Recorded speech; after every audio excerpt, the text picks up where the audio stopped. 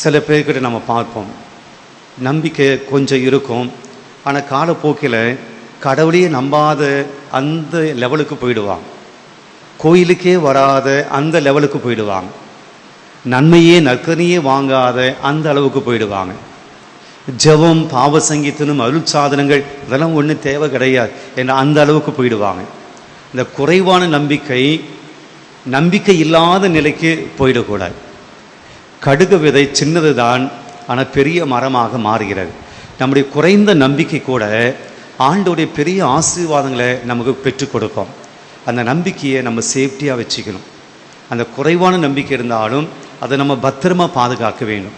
அதுக்கு தான் அந்த பூசை, அதுக்கு தான் அந்த வழிபாடுகள், அதுக்கு தான் ஜபங்கள். ஆக இந்த குறைவாக கம்மியாக இருக்கக்கூடிய நம்பிக்கை மிகப்பெரிய கடவுளுடைய ஆசீர்வாதங்கள் நமக்கு கொடுக்கும்.